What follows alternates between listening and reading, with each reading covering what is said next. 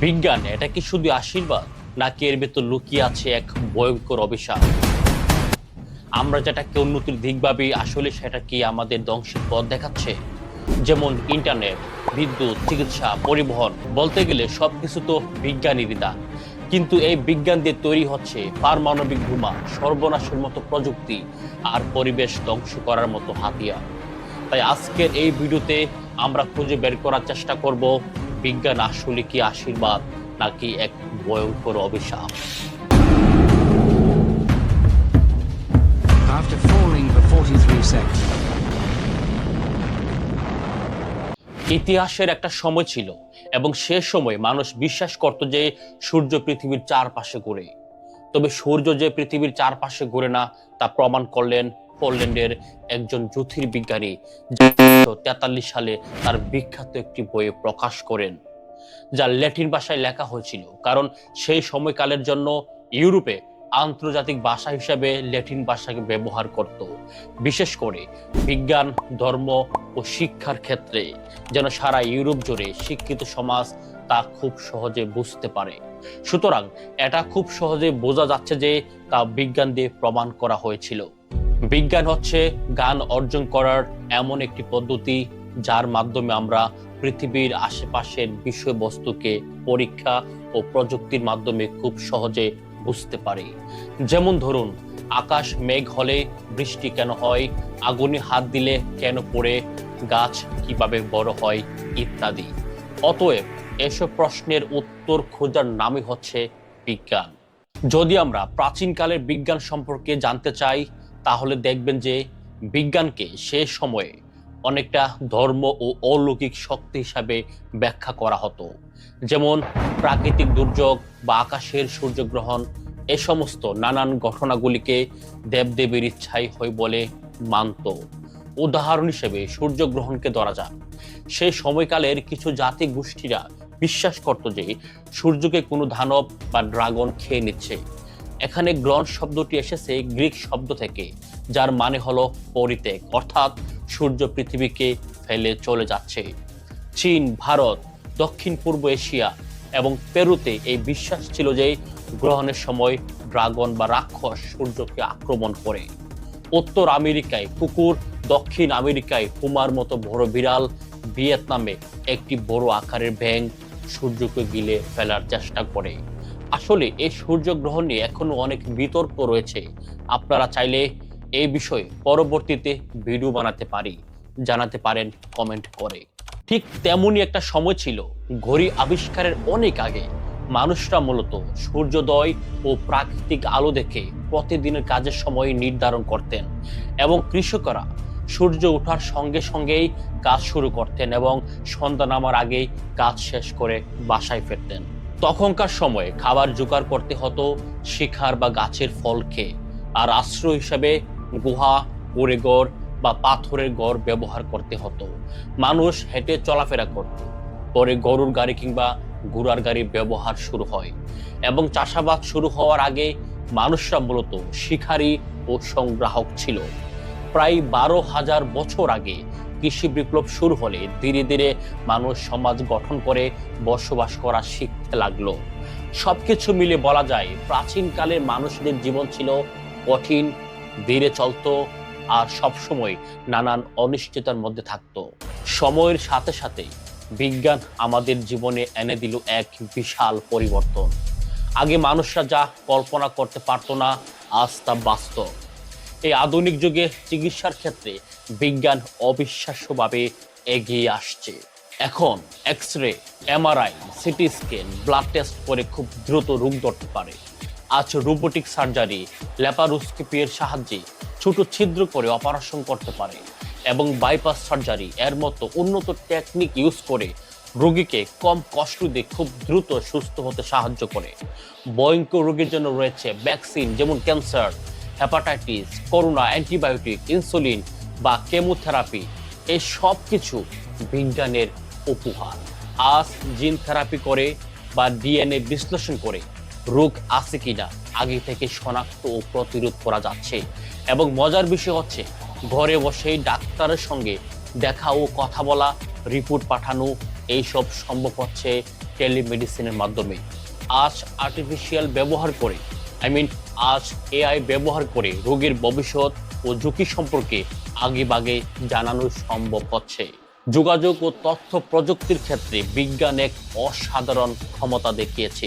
যেমন mobile phone, internet, satellite, এই সমস্ত কিছু মানুষের জীবনকে সহজ ও গতিশীল করে তুলেছে।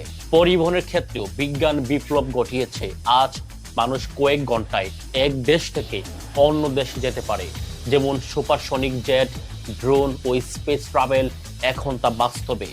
বুলেট ট্রেন, ম্যাগলেট ট্রেন ঘন্টায় 300 থেকে 600 কিলোমিটার গতিতে যেতে পারছে। ইলেকট্রনিক গাড়ি, সেলফ ড্রাইভিং কার যেমন টেসলা, তারপর জিপিএস, ট্রাফিক সেন্সর, এসব প্রযুক্তি মানুষের যাতায়াত নিরাপদ ও স্মার্ট করে তুলেছে। বিশাল কর্ণশীল ক্রুজ এবং জাহাজ, যা হাজার টন মালামাল বহন করে হাজার মানুষ নিয়ে সাগর পাড়ি দিচ্ছে। আজ গুগল ম্যাপ, রাইড শেয়ারিং যেমন উবের, পাঠাও ইত্যাদি, এই সমস্ত অ্যাপস পরিবহন ব্যবস্থাকে আরো সহজ, সাশ্রয়ী ও দ্রুত করেছে। আজ বিজ্ঞানের উন্নতির কারণে পরিবহন দ্রুত চলছে, সাশ্রয়ী এবং আরামদায়ক ও নিরাপদ, যা একসময় কল্পনাও করা যেত না। এই কারণে মানুষ কেবল বিজ্ঞানকে একটি গান নয়, বরং একটি আশীর্বাদ বলে মনে করে, যা আমাদের বেঁচে থাকা এবং উন্নয়নের পথকে সহজ ও দ্রুত করেছে। বিজ্ঞান আমাদের জীবনে অনেক সুবিধা এনেছে, কিন্তু এর কিছু দিক মানুষের ক্ষতির কারণ হয়েছে। এর জন্য অনেক মানুষ বিজ্ঞানকে অভিশাপ বলে মনে করে। সাল 1939 পহেলা সেপ্টেম্বর শুরু হয় দ্বিতীয় বিশ্বযুদ্ধ।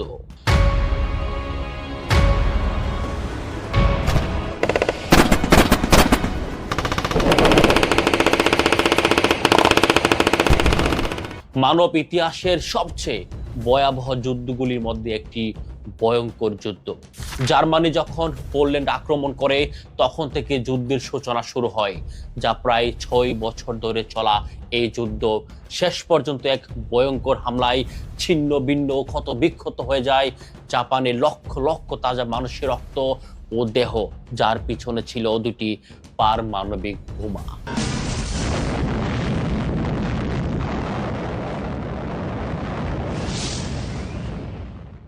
1945 সালের 6 আগস্ট যুক্তরাষ্ট্রের এনুলা গে নামক B-29 বোমারু বিমান জাপানের একটি শহরে হিরোশিমার উপর ফেলে দেয় লিটল বয় নামের একটি পারমাণবিক বোমা। প্রথম হামলার 3 দিন পরে 9 আগস্ট দ্বিতীয় পারমাণবিক বোমাটি ফেলা হয় জাপানের নাগাসাকি শহরে, যার নাম ছিল ফ্যাটম্যান। এই বোমা দুটি ফেলার সেকেন্ডের মধ্যেই হারিয়ে যায় প্রায় আনুমানিক 1,29,000 থেকে 2 লক্ষ মানুষের প্রাণ, এবং মানুষরা তেজস্ক্রিয়তার কারণে ক্যান্সার সহ নানা রোগে ভুগেছে। আজ আধুনিক কারখানায় ব্যবহার করা হয় বিভিন্ন রাসায়নিক, এবং এগুলি থেকে অনেক ক্ষতিকর গ্যাস ছড়িয়ে পড়ে বাতাসে, যেমন carbon die oxide, sulphur die oxide, nitrogen oxide. সুতরাং এই সব গ্যাস বাতাস দূষিত করে এবং বৃষ্টির পানিতে মিশে গিয়ে অ্যাসিড বৃষ্টি ঘটায়, যা আমাদের গাছপালা ও জমির ক্ষতি করে থাকে। এছাড়া প্রতিদিন কোটি কোটি গাড়ি চলাচল করে, যা পেট্রোল ও ডিজেল দ্বারা পরিচালিত। এতে প্রচুর পরিমাণে কার্বন ডাই অক্সাইড ও গ্রিন হাউস গ্যাস, যা বাতাসে মিশে গিয়ে এই গ্যাসগুলো পৃথিবীর উষ্ণতা বাড়িয়ে দেয়, যাকে বলা হয় গ্লোবাল ওয়ার্মিং। বিজ্ঞানের সাহায্যে প্লাস্টিক তৈরি করা খুব সহজ হয়েছে, কিন্তু সমস্যা হলো প্লাস্টিক খুব সহজে পচে না বা নষ্ট হয় না। তাই প্লাস্টিক জমে দূষিত করছে নদী, সমুদ্র, বন ও মাটিকে, যা পরিবেশের জন্য এক বড় বিপদ হয়ে দাঁড়িয়েছে। যদি এক কথায় সহজে বলতে হয়, জলবায়ু পরিবর্তন, পৃথিবীর গড় তাপমাত্রা দিন দিন বাড়ছে। গ্লোবাল ওয়ার্মিং, উত্তর ও দক্ষিণ মেরুর বরফ খুব দ্রুত গলে যাচ্ছে, যার ফলে সমুদ্র পানি বাড়ছে এবং উপকূলে মানুষরা বিপদে পড়ছে। প্রাকৃতিক দুর্যোগ বেড়ে গেছে, ঘূর্ণিঝড়, খরা, অনেক বৃষ্টি, এসব ঘটনা আগের তুলনায় বেশি বেড়ে গিয়েছে। বোঝার বিষয় হচ্ছে, যদি আমরা বিজ্ঞানকে ভুলভাবে ব্যবহার করি বা দায়িত্বহীন হয়, তাহলে তা আমাদের নিজেদের ও পৃথিবীর জন্য বড় বিপদ হয়ে দাঁড়াবে। অন্যথায় রাসায়নিক ও জীবাণু অস্ত্রের ব্যবহার হচ্ছে যুদ্ধে ও সন্ত্রাসীদের দলে, যা মারাত্মক প্রভাব ফেলছে। রাসায়নিক অস্ত্র হলো এমন একটি বিষাক্ত জিনিস যা মানুষের শরীরে ঢুকলে অনেক বড় ক্ষতি করে। এটা মূলত স্নায়ুতন্ত্র বা শরীরের গুরুত্বপূর্ণ অংশগুলোর উপর আঘাত করে। উদাহরণ হিসেবে বলা যায় সেরিন গ্যাসের কথা, যা খুবই ভয়ঙ্কর। এই গ্যাস শরীরে ঢুকলে মানুষ দ্রুত অসুস্থ হয়ে পড়ে এবং অনেক সময় মৃত্যু হয়। যুদ্ধ বা হামলার সময় এসব রাসায়নিক ব্যবহার করলে হাজার হাজার মানুষের জীবন বিপন্ন হয়ে পড়ে। তাই রাসায়নিক অস্ত্র নিষিদ্ধ করার জন্য বিশ্বজুড়ে কড়া আইনি পদক্ষেপ নেওয়া হয়েছে। এবং জীবাণু অস্ত্র হলো এমন এক ধরনের অস্ত্র যেখানে জীবিত জীব বা তাদের তৈরি বিষ ব্যবহার করা হয়। যেমন অ্যানথ্রাক্স নামে একটি ব্যাকটেরিয়া আছে, এটাকে যদি কেউ শ্বাসের সাথে শরীরে নেই তাহলে সে খুব ভয়ঙ্কর রোগে আক্রান্ত হতে পারে এবং অনেক সময় দেখা যায় যে এই রোগে মানুষ মারা যায়। তবে জীবাণু অস্ত্র চোখে দেখা যায় না, কিন্তু অনেক বড় ক্ষতির কারণ হয়ে দাঁড়িয়েছে। এই জন্য আজকের দুনিয়ায় সবাই চায় যেন এইসব ভয়ঙ্কর অস্ত্র ব্যবহার করা না হয় এবং মানুষ নিরাপদে থাকতে পারে। যদিও বিজ্ঞান ও প্রযুক্তি আমাদের জীবনকে সহজ করেছে, তারপরেও অনেক মানুষ এগুলির প্রতি সন্দেহ প্রকাশ করে। এর পেছনে রয়েছে কয়েকটি গুরুত্বপূর্ণ কারণ। ইন্টারনেট ও সোশ্যাল মিডিয়ার অপব্যবহার বাড়ছে, গুজব, পর্নোগ্রাফি, আসক্তি ও প্রতারণা। 2018 সালে নিরাপদ সড়ক আন্দোলন চলাকালীন সময়ে ছাত্ররা সড়ক নিরাপত্তার জন্য আন্দোলন করছিল, কিন্তু কিছু মানুষ ভুয়া খবর ছড়িয়ে আন্দোলনকে কলুষিত করেছিল। 2021 সালে কুমিল্লায় দুর্গাপূজার সময় ধর্মীয় গুজব ছড়িয়ে সহিংসতা সৃষ্টি করা হয়েছিল। ইন্টারনেটে পর্নোগ্রাফি ও অনৈতিক কন্টেন্ট সহজে পাওয়া যাচ্ছে, যার ফলে তরুণদের মধ্যে আসক্তি, মানসিক সমস্যা বেড়েছে। এছাড়া ফেক আইডি দিয়ে প্রতারণা, ব্ল্যাকমেইল এবং গোপন তথ্য ফাঁসের ঘটনা বেড়েছে, যার ফলে পারিবারিক ও সামাজিক সম্পর্ক নষ্ট হচ্ছে এবং মানুষের মধ্যে একাকিত্বতা ও দূরত্বতা বাড়ছে।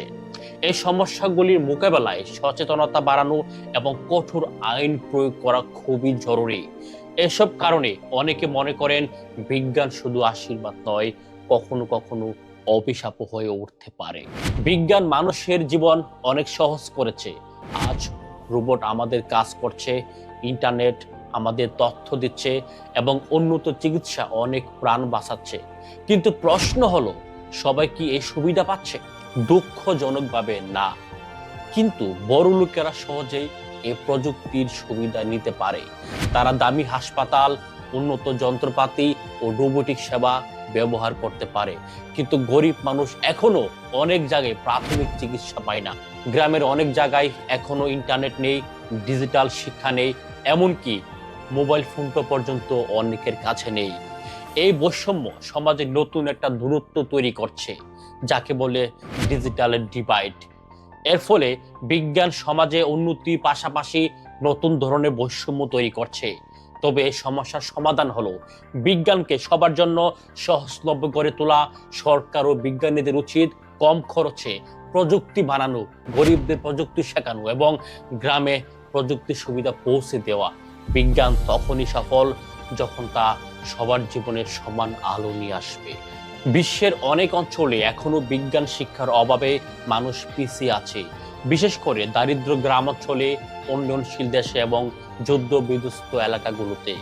বিজ্ঞান শিক্ষার সুযোগ সুবিধা অনেক কম। অনেক গ্রামে বিজ্ঞান পড়ানোর মতো প্রশিক্ষিত শিক্ষক নেই, নেই উপযুক্ত ল্যাব, নেই কোনো সরঞ্জাম বা বিদ্যুৎ। ফলে শিক্ষার্থীরা বাস্তব অভিজ্ঞতা ছাড়াই মুখস্থ বিদ্যা পড়াশোনায় সীমাবদ্ধ থাকে। উন্নয়নশীল দেশগুলিতে এখনো বিজ্ঞান শিক্ষাকে গুরুত্ব দেওয়ার মতো পর্যাপ্ত পরিমাণ বাজেট বরাদ্দ হয় না। আবার যুদ্ধ বিধ্বস্ত দেশগুলোতে স্কুল ধ্বংস হয়ে যায়, শিক্ষকরা নিরাপত্তার অভাবে পালিয়ে যায়। যেমন ইউক্রেনে রাশিয়ার হামলায় প্রায় 4,000 স্কুল ক্ষতিগ্রস্ত হয়েছে এবং 1.9 মিলিয়ন শিশু অনলাইন পড়াশোনার ক্ষেত্রে বাধার সম্মুখীন হয়েছে। এই সমস্যার সমাধান দরকার। অবকাঠামো উন্নয়ন, প্রশিক্ষিত শিক্ষক নিয়োগ, অনলাইন শিক্ষাকে গ্রামে পৌঁছে দেওয়া এবং আন্তর্জাতিক সহায়তা নেওয়া। বিজ্ঞান শিক্ষা শুধু উন্নত জীবনের পথ দেখায় না, বরং দেশের ভবিষ্যৎ উন্নয়নের জন্য গুরুত্বপূর্ণ ভূমিকা রাখে। বিজ্ঞানকে অনেকে শুধু প্রযুক্তির হাতিয়ার ভাবলেও অনেক বিজ্ঞানী প্রতিষ্ঠান ও সংস্থা এটিকে মানবতার কল্যাণে ব্যবহার করছে। তাদের প্রচেষ্টার ফলে পৃথিবী আজ আরো নিরাপদ, স্বাস্থ্যকর এবং গ্রহণযোগ্য হয়ে উঠেছে। বিশ্ব স্বাস্থ্য সংস্থা এবং ইউনিসেফের মতো সংস্থাগুলো বিজ্ঞানকে ব্যবহার করছে টিকা উদ্ভাবন, স্বাস্থ্য সুরক্ষা ও সংক্রমণ রোগ নিয়ন্ত্রণে। কোভিড-19 মহামারীতে mRNA ভ্যাকসিন আবিষ্কার তা বড় প্রমাণ। নাসা ও স্পেস এক্স বিজ্ঞানের মাধ্যমে আমাদের পৃথিবী ও ভবিষ্যৎ জীবন রক্ষায় কাজ করছে। নাসা তাদের স্যাটেলাইট ব্যবহার করে জলবায়ু পরিবর্তন, প্রাকৃতিক দুর্যোগ, বরফ গলা এবং সমুদ্রের উচ্চতা পর্যবেক্ষণ করে। এর ফলে সময়মতো সতর্কতা দিয়ে অনেক প্রাণ বাঁচানো সম্ভব হচ্ছে। অন্যদিকে স্পেস এক্স মহাকাশে বাসযোগ্য নতুন স্থান খোঁজার চেষ্টা করছে, যাতে ভবিষ্যতে মানুষরা বেঁচে থাকার কোনো সুযোগ খুঁজে পায়। এভাবে বিজ্ঞান আমাদের জীবনকে শুধু সহজ নয়, বরং আরও নিরাপদ করে তুলছে। Bill and Melinda Gates foundation বিজ্ঞান ও প্রযুক্তিকে কাজে লাগিয়ে বিশ্বের দরিদ্র দেশগুলোতে সাহায্য করছে। তারা পরিষ্কার পানি সরবরাহ, টিকা প্রদান এবং শিক্ষার সুযোগ বাড়াতে কাজ করছে। বিশেষ করে তারা বৈজ্ঞানিক উদ্ভাবনের মাধ্যমে মানুষের স্বাস্থ্য ভালো করার এবং দারিদ্র্য কমানোর চেষ্টা করছে। এই সংস্থা বিশ্বাস করে যে বিজ্ঞানের নতুন নতুন আবিষ্কারই পৃথিবীকে আরো সুন্দর ও বাসযোগ্য করতে পারে। তাদের প্রচেষ্টায় লাখো মানুষ এখন সুস্থ জীবন এবং উন্নত শিক্ষা পাচ্ছে। বিজ্ঞান মানুষের উপকারে আসার কথা থাকলেও কিছু শক্তিশালী রাষ্ট্র, অস্ত্র নির্মাতা সংস্থা এবং সন্ত্রাসী গোষ্ঠী এটিকে ধ্বংসের হাতিয়ার হিসাবে ব্যবহার করছে। আধুনিক যুদ্ধ, সাইবার হামলা এবং নজরদারি প্রযুক্তি এর বড় উদাহরণ। বিশ্বের পরমাণু অস্ত্রধারী দেশগুলো যেমন যুক্তরাষ্ট্র, রাশিয়া, চীন, ফ্রান্স বিজ্ঞানকে ব্যবহার করে তৈরি করছে ভয়ঙ্কর পারমাণবিক বোমা, যা এক নিমিষেই লাখো মানুষের মৃত্যু ঘটাতে পারে। আজকের যুগে সাইবার প্রযুক্তি শুধু ভালো কাজে নয়, খারাপ কাজেও ব্যবহার হচ্ছে। কিছু হ্যাকার দল ও রাষ্ট্রীয় বাহিনী সাইবার টুল ব্যবহার করে গুরুত্বপূর্ণ তথ্য চুরি করছে, বিদ্যুৎ ব্যবস্থা ভেঙে দিচ্ছে এবং মিথ্যা খবর ছড়িয়ে সমাজে অশান্তি তৈরি করছে। এই ধরনের সাইবার হামলা আমাদের নিরাপত্তার জন্য বড় হুমকি হয়ে দাঁড়িয়েছে। তাই নিরাপদ ইন্টারনেট ব্যবহার এবং সাইবার নিরাপত্তা ব্যবস্থা নেওয়া অত্যন্ত জরুরি হয়ে দাঁড়িয়েছে। বিজ্ঞান নিজে কখনো ভালো না খারাপ এটা বিবেচিত নয়, এটা নিরপেক্ষ। উদাহরণস্বরূপ, আগুন দিয়ে রান্না করা যায়, আবার আগুন দিয়ে ঘরও পোড়ানো যায়, কিন্তু দায় আগুনের নয়, তার ব্যবহারকারী। বিজ্ঞান শুধু গান দেয়, সে গান কিভাবে ব্যবহার হবে তা নির্ভর করে মানুষের নৈতিকতা, রাজনীতি ও উদ্দেশ্যের উপর। পারমাণবিক শক্তি দিয়ে বিদ্যুৎ উৎপাদন করা যায়, এটা ভালো ব্যবহার। আবার বোমা বানিয়ে ধ্বংস করা যায়, তা অপব্যবহার। ইন্টারনেট দিয়ে শিক্ষা সহজ হয়, কিন্তু ভুল তথ্য ছড়াতে ব্যবহার হয়। অতএব বিজ্ঞানের অপব্যবহারের জন্য দায়ী মানুষ ও সমাজের দৃষ্টিভঙ্গি, বিজ্ঞান নয়। বিজ্ঞান একদিকে মানব জাতির জন্য আশীর্বাদ, আবার অন্যদিকে যদি ভুলভাবে ব্যবহার হয় তা আমাদের জন্য অভিশাপ। তবে আমরা যদি বিজ্ঞানের আশীর্বাদ গ্রহণ করি এবং এর অপব্যবহার রোধ করি, তবে আমরা এর ভালো ফলাফল উপভোগ করতে পারি। স্বাস্থ্যের ক্ষেত্রে বিজ্ঞান আমাদের অসংখ্য জীবন রক্ষা করেছে। ভ্যাকসিন, অ্যান্টিবায়োটিক এবং চিকিৎসা প্রযুক্তি আমাদের জীবনকে নিরাপদ করেছে। কিন্তু যদি আমরা এই প্রযুক্তি ভুলভাবে ব্যবহার করি, যেমন অবৈধ ড্রাগ বা অনিরাপদ চিকিৎসা, তা আমাদের ক্ষতি করতে পারে। যদি আমরা নবায়নযোগ্য শক্তি, পরিবেশ বান্ধব প্রযুক্তি এবং সবুজ উদ্ভাবন ব্যবহার করি, তবে পৃথিবীকে রক্ষা করা সম্ভব। এর মাধ্যমে আমরা বিশ্ব উষ্ণায়ন কমাতে সাহায্য করতে পারি। তবে বিজ্ঞানকে শুধুমাত্র আশীর্বাদ হিসেবে গ্রহণ করতে হলে আমাদের এর ব্যবহার নৈতিকভাবে এবং মানবিক দৃষ্টিকোণ থেকে করতে হবে। সামাজিক দায়িত্বশীলতা ও নৈতিকতা অত্যন্ত গুরুত্বপূর্ণ। প্রযুক্তির অপব্যবহার, যেমন পারমাণবিক অস্ত্র এবং কৃত্রিম বুদ্ধিমত্তার ভুল ব্যবহার, আমাদের জন্য ক্ষতিকর হতে পারে। তাই আমাদের এই প্রযুক্তি ব্যবহার করার আগে এর সামাজিক ক্ষতিকর দিকটাও বুঝতে হবে। অতএব বিজ্ঞানের আশীর্বাদ গ্রহণ করতে হলে আমাদের এর সঠিক এবং নৈতিক ব্যবহারে মনোযোগী হতে হবে, যাতে এটি মানবতার কল্যাণে আসে, অভিশাপে নয়। তাহলে বিজ্ঞান কি আশীর্বাদ নাকি অভিশাপ? সত্যি বলতে বিজ্ঞান নিজে কোনো দিক নির্ধারণ করে না, এটা নির্ভর করে আমাদের ব্যবহারের উপর। বিজ্ঞান যে হাত গড়ছে, সে হাত যদি ভালো উদ্দেশ্য এগোয়, তাহলে এটি অবশ্যই আশীর্বাদ। কিন্তু সে হাত যদি হয়ে ওঠে লোভী, যুদ্ধ পিপাসু বা অবিবেচক, তাহলে বিজ্ঞান হতে পারে এক ভয়ানক অভিশাপ। আপনাদের কি মনে হয়, আমরা কি বিজ্ঞানের দায়িত্বশীল ব্যবহার নিশ্চিত করতে পারি, নাকি আমরা ধীরে ধীরে নিজেরাই ধ্বংসের দিকে এগিয়ে যাচ্ছি? কমেন্ট করে জানাতে পারেন আপনার মতামত। ধন্যবাদ।